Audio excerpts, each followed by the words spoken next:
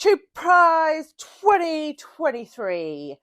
So, hello, welcome back to another video. My name is Gemma, and today, as you can probably guess, we are going to be talking about the octafinals of the BookTube Prize. So, I was chosen to judge Fiction Group B, and not going to lie, when I saw the 6 books in my group, I was less than excited. There are quite a few on here that I wasn't sure I was going to enjoy. Just going to say it, Elizabeth Strout. If any of you have followed me for a while, you'll know that just that general style of book is not my jam. I had already read one from the list prior. That was the Book of Goose by Yiyun, which was fine, but I didn't love it. And so I was slightly trepidatious. Not only were there authors on there that I knew I wasn't particularly interested in, but Lucy by the Sea is the 4th in a series, and Either Or by Elif Batuman is 2nd in a series. So though I had read one book, I still had to read, what was that, like 5, 6, 7, 8 books for this group. I say had to. I would just like to clarify that Robert did email everyone and say you don't have to read the other books in the series. These books should stand on their own. However, I couldn't do that. It's just like my OCD nature was like, so I decided, I took an executive decision to read the whole series and give the books the best chance that they could have. Give them the opportunity to wow me. That didn't happen. So just off the bat, if you don't like salty reviews, click away now, because of the 6 books, I would only recommend one. We had one book that was a 4.5 star. We had 2 books that I rated 3 stars, 2 books that I voted 2.5 stars, and a book that I voted 1.5 stars. So this was not a super successful round for me. And let's just get into it. Let's just talk about all these books that I didn't like. So we'll start from my least favourite to my most favourite. Either Or by Elif Batuman is in 6th position. So this was the 2nd in a series. The Idiot by Elif Batuman, it was the 1st. It was actually nominated for the Women's Prize a while back. So there is an audience for this book. I'm not going to say that there isn't an audience for this book, but it isn't me. So this book takes place on a college campus, Harvard, and we are following a young girl of Turkish descent, and she sort of navigates her way through university. The first book, The Idiot, takes place in her first year. The second book, Either Or, takes place in her 2nd year. So the positives. Some of the discussion and the commentary around language was really interesting. That's it. That's all I've got for positive. Basically, this was 2 books of Harvard wankers doing their teenage thing in university. And I am in my mid-30s and I don't care. I just don't care. I just don't care about teenagers or young people in their early 20s going around discovering love and unrequited love and drugs and alcohol. Yeah, mate, I've been there, I've done it. I really don't need to read about it anymore. I detested both books. 1.5 stars. I wouldn't recommend. So that probably surprised people that my bottom was not the Elizabeth Strout, but she comes in here in 5th position. So this was the 4th book in a series. I have to say I didn't read all 3 of the previous ones. So the first was My Name is Lucy Barton. I read that. The second was Oh William. I read that. There was another one, Anything is Possible, which is short stories. So I skipped that because I didn't like the first two books, and I don't like short stories. So I thought I'm not gonna traumatize myself by having to read that as well.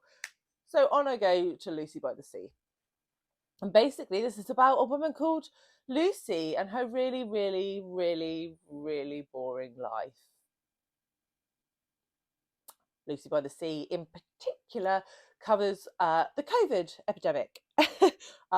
So her and her ex-husband just doing whatever, going to the sea while the COVID epidemic is on, and yeah, that was pretty much it. So I am being somewhat flippant. I think if you like slice of life stories, possibly things like Sally Rooney, then maybe this is more your jam. I do know there are some like mega fans of Elizabeth Strout out there, so apologies. But man, I was so bored, so bored. So that came in fifth. Then we had Vagabonds by Eloghosa Osunde. I was so disappointed to have to put this in fourth position, because I was really, really anticipating this one. I thought it sounded like a Gemma book. It was sort of set in Lagos with loads of different people, the sort of outcasts of society, the vagabonds within this cosmopolitan city. And I just thought, yes, yes, yes, this screams my name. But it didn't work for me. It read as short stories to a degree. There was some repetition of characters, so maybe interconnected short stories you would call it. But I don't really gel with short stories.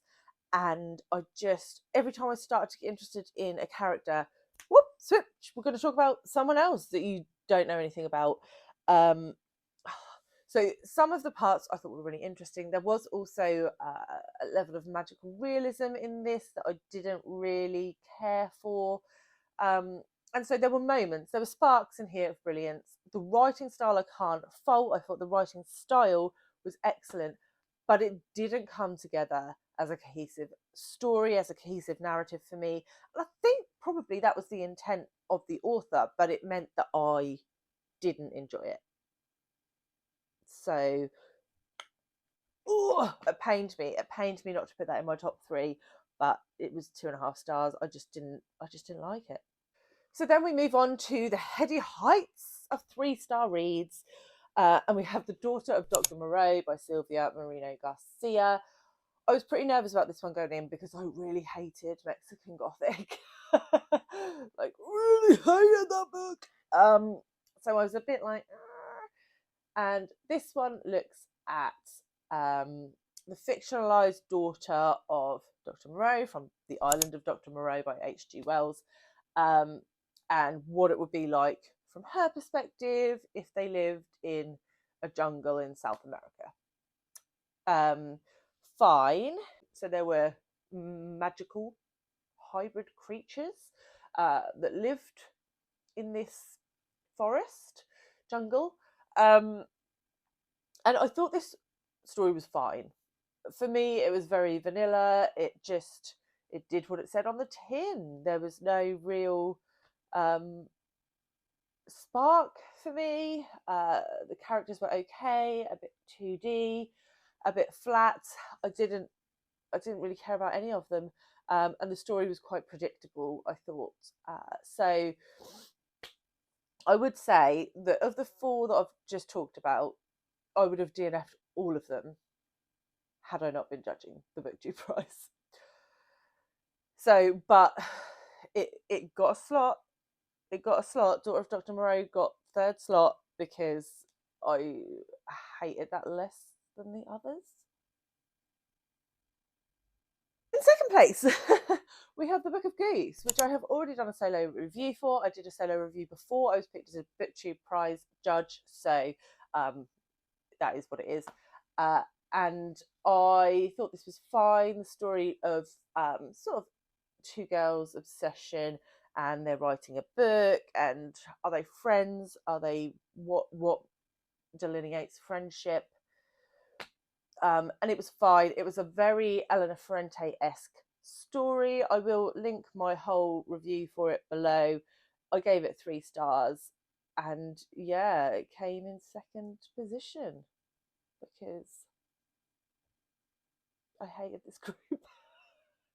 And then in top spot, the only book that I actually positively liked, that I thought was excellent, was Take My Hand by Dolen Perkins-Valdez.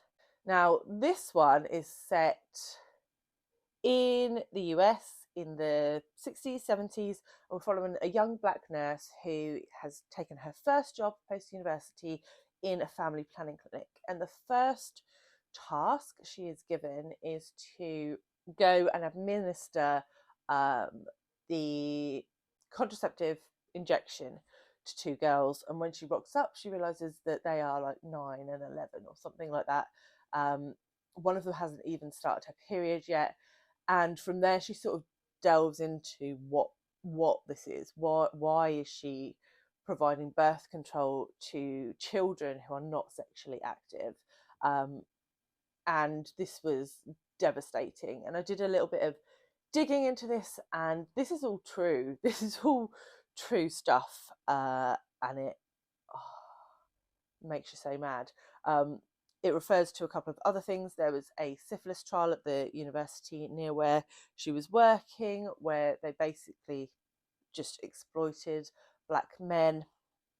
That was also a true case, and it makes you so cross at the history of race in America and the liberties that the medical industry have taken, and so cross. But this book was just so brilliantly written. I was so invested in the stories of both the main character and the family that she was trying to help with the 2 little girls. It very much came across as like a movie in my mind. You can imagine this being adapted to the screen quite easily. It was fantastic. I can't recommend it highly enough. I gave it 4.5 stars. It was outstanding, and it was the only one that was outstanding in this field of trash. No, that's a bit harsh. But yeah, that was the situation. I'm a bit late filming this. I went to film this before the results were announced by our lovely Robert. I probably should have said Robert Sheard is the creator, mastermind, genius behind the BookTube prize. So I will link both his personal channel, Barton, and the BookTube channel below. And Robert does a fantastic job of organising all of this every year, sorting out judges for all the different categories, organising the books. He is amazing. He's just an amazing human. But Robert announced the books that we're going to move to the next round yesterday, day before, and I suppose I was pleased. The 3 that came top of my list went through. The only one I really had any stake in was Take My Hand. The others are just, I suppose I didn't really want the bottom 2 to progress because I really detested them, but I wouldn't have been disappointed, I suppose, if Vagabonds had made it over either of the other 2 that I put in second and third. So yeah, I have to say I don't think the Book of Goose or Dr. Moreau will move forward in the next round unless they are again pitted against some really awful books, because I just don't think they're the best books of 2022. So that is my opinion. I would love to know if you have read any of these books. Quite happy to discuss in the comments if you have differing opinions. And yeah, if you wanted to see my Book of Goose review, I will leave it here, and I will catch you all very soon with another one. Bye guys.